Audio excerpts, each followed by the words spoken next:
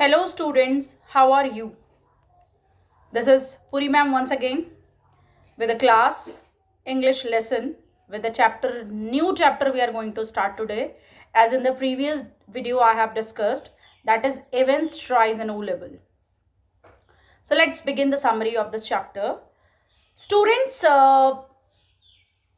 in the previous video I told you there is a serial which comes up, that CID, a serial which comes up. In that serial it comes up that some criminals are there, they used to do something else and suddenly something happened, and then people are moving here and there. CID team is there completely, which is coming there, and the CID team is then doing their job accordingly. So this all things was going on, and then gradually the main culprit was caught afterwards, और फिर चीज़ें sort out होती हैं धीरे धीरे. So students, यहाँ पे भी कुछ थोड़ा थोड़ा वैसी क्रिमिनोलॉजी है, बट ये स्टोरी थोड़ी सी डिफर है. ये सारी की सारी स्टोरी रिवॉल्व करती है एक ही इंसान के ऊपर जिसका नाम है इवेंस, और फेमस नाम है इसका, जो बेसिक नेम है इसका वो है रॉड्रिक इवेंस, और जो फेमस नाम है जिसके नाम से ये जाना जाता है that is Evans the break. Break मतलब जेल की दीवारों को तोड़ के बाहर भागने वाला एक क्रिमिनल जो इसमें एक्सपर्ट है, the one who is expert in running out from the jail. So that's what there. Let's begin the story. Actually student, ये स्टोरी एक प्ले वे में है, एक प्ले लुक है, और उस प्ले लुक में सिंपली कुछ कैरेक्टर्स हैं. तो सबसे पहले मैं कैरेक्टर्स इंट्रोड्यूस करूंगी. First of all obviously the main character हमारा रॉड्रिक इवेंस है, जिसके अराउंड ये स्टोरी रिवॉल्व करती है.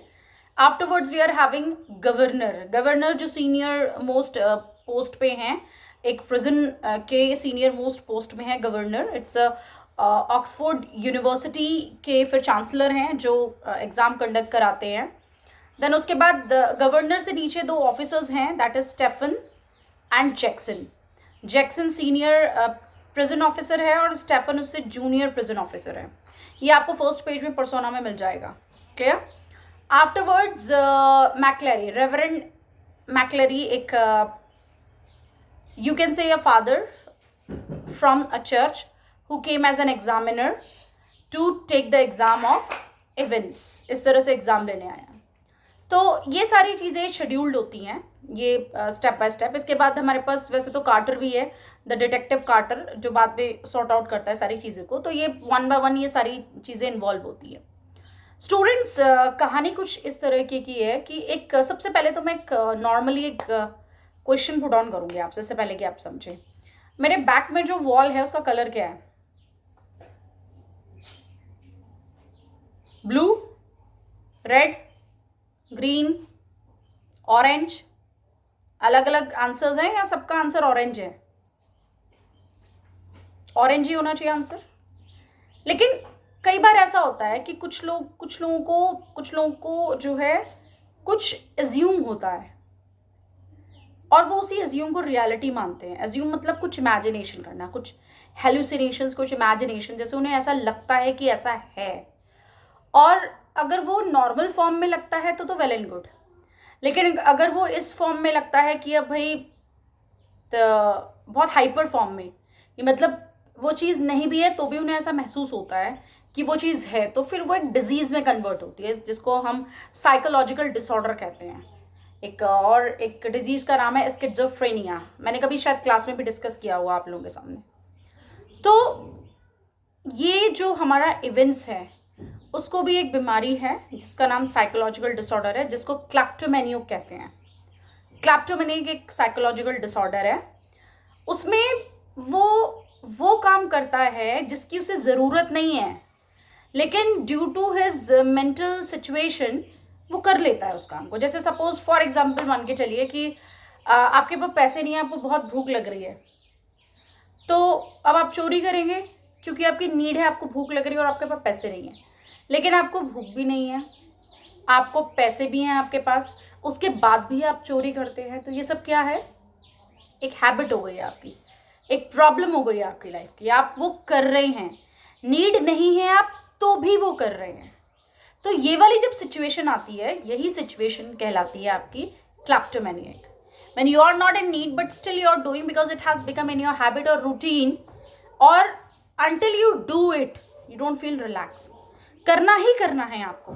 आप तब तक, जब तक वो होता नहीं है तब तक आप रिलैक्स फील नहीं करते, जब तक आप सेटिस्फाइड नहीं होते, जब तक वो काम हो नहीं जाता है आपका। तो ये सारी चीज़ें हैं। तो इनमें ये जो भी चीज़ें वर्कआउट करती हैं वही चीज़ इवेंट्स के साथ है। इवेंट्स की ऐसी कोई पर्सनल नीड नहीं है कि उसको जेल में जाना है या वट एवर इज देयर, लेकिन उसको ये मज़ा आता है, गेम जैसा उसे लगता है। कुछ ऐसा करता है, चोरी करता है, कहीं कुछ ऐसा करता है जबकि उसे नीड नहीं है, तब भी करता है, जिसकी वजह से उसको जेल में डाल देते हैं। और उसके बाद वहाँ से प्लानिंग करता है कि वहाँ से बाहर कैसे आया जाए। एक तरह से गेम चल रहा है, बाहर आने के ट्रिक्स टेक्निक्स, और ताकि उसे कोई पकड़ ना पाए, इस तरह के कुछ ट्रिक्स टेक्निक्स अप्लाई करना। तो ये सारे वो काम करता है। ये हमारे क्रिमिनल का बेस है कि हमारा जो क्रिमिनल है इवेंट्स वो इस तरीके का है। अब क्योंकि वो बहुत माहिर है, कई बार जेल में जा चुका है, कई बार जेल से बाहर ब्रेक करके आ चुका है, और हमेशा ऐसा होता है कि कुछ ना कुछ वो ऐसा कर जाता है कि जिस भी प्रिजन में वो होता है, वो प्रिजन के जो ऑफिसर्स होते हैं या प्रिजन के जो होल्डर्स होते हैं, वो सब बहुत शॉक्ड रह जाते हैं कि माय गॉड, ये भी ये कर सकता था। तो इसलिए इस बार जब इवेंट्स गवर्नर के प्रिजन में आया, तो ये वो ऐसा प्रिजन था जैसे हम लोग क्या तिहाड़ जेल होता है ना, सबसे बड़ी जेल जिसे कहते हैं, वहाँ भेजते हैं। पहले तो छोटी मोटी जेल्स में रखते हैं, उसके बाद लेकिन कोई बड़ा कैदी होता है तो उसको सीधे तिहाड़ जेल भेज देते हैं। उसी तरह से ये वाला जो प्रिजन है जहाँ पे अब इवेंट्स को अब रखा हुआ है, तो ये वाला जो प्रिजन है ये भी बहुत बहुत बड़ा प्रिजन है, मतलब सारे प्रिजन में सबसे टॉप मोस्ट पे प्रिजन है। और इसका जो गवर्नर और जो ऑफिसर्स है वो बहुत ज़्यादा एक्टिव और स्मार्ट हैं, और पूरी कोशिश की गई है कि इसको अकेले एक ऐसे सेल में रखा जाए, ऐसे काल कोठरी में रखा जाए जहाँ से ना कोई कांटेक्ट हो, ना कोई आने वाला हो, ना कोई जाने वाला हो। इवन उसका ऐसा सेल है जहाँ से धूप भी अच्छे से नहीं आती है। एक छोटी सी वेंटिलेटर है ऊपर वॉल के ऊपर, छोटी सी हल्की सी, और उस वेंटिलेटर से ही थोड़ी बहुत जितनी भी रोशनी आती है वो आती है। Otherwise totally it was what to say packed और व्हाट लाइक दैट ओनली। तो ये सिचुएशन है, और इस सिचुएशन में अब इवेंट्स जो है वो कोशिश करता है कि अब उसका सेटअप हो गया है, जैसे कि अब उसने क्या करना है। तो इसीलिए इस स्टोरी का नाम है events tries an O level. अब मैं भी एकदम से सारे सस्पेंस समरी नरेट करते समय वॉच आउट नहीं करूंगी और स्क्रीन आउट नहीं करूंगी। तुम लोग धीरे धीरे अपने आप ही सोचना, समझने लगना कि क्या हुआ, कैसे हुआ।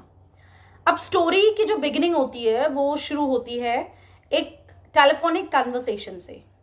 वो टेलीफोनिक कन्वर्सेशन जो दो लोगों के बीच में हो रही है, एक तो गवर्नर के बीच में हो रही है जो सबसे सीनियर प्रिजन ऑफिसर है, द मोस्ट सीनियर वन, जो कि उस प्रिजन का गवर्नर है जिस प्रिजन में इवेंट्स आया है मेहमान बन के रहने। सारी तैयारियां की गई हैं, उसको सारे प्रिकॉशंस मेजर्स सब लिए गए जिससे कि वो बाहर ना भाग सके, ये तैयारी है। तो उस तैयारी के साथ उसको वहाँ रखा गया है।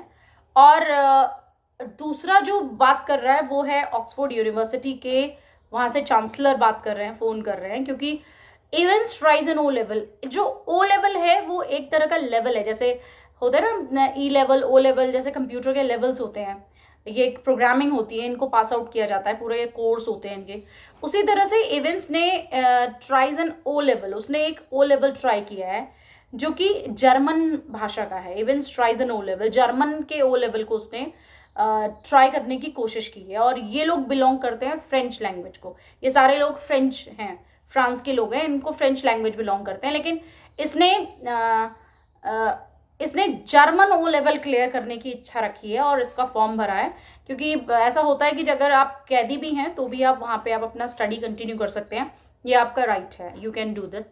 सो बिगिनिंग यही होती है कि उसने जो है जर्मन ओ लेवल ऑप्ट किया है, और अभी एग्ज़ाम टाइम आ गया है, मार्च का टाइम है।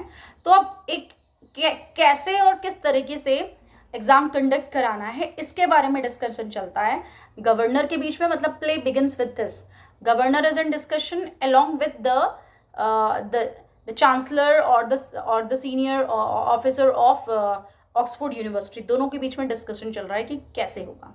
चलिए आज की स्टोरी में इतना ही, आज के सेशन में इतना ही। कल हम फिर से समरी कंटिन्यू करेंगे। चैप्टर बहुत लेंदी है तो समरी भी अभी जाएगी अभी आराम से डिटेल में, तो कल कंटिन्यू करते हैं। That's all for today, stay safe, stay home, bye bye.